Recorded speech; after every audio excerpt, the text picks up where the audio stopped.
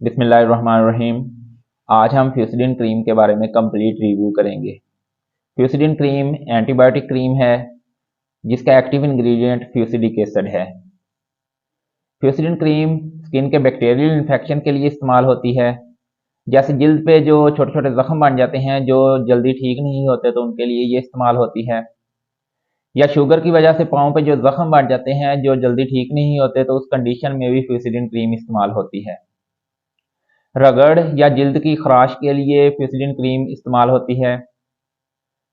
जिल्द पे कट लग जाएं तो इस कंडीशन में भी फ्यूसिडिन क्रीम इस्तेमाल होती है।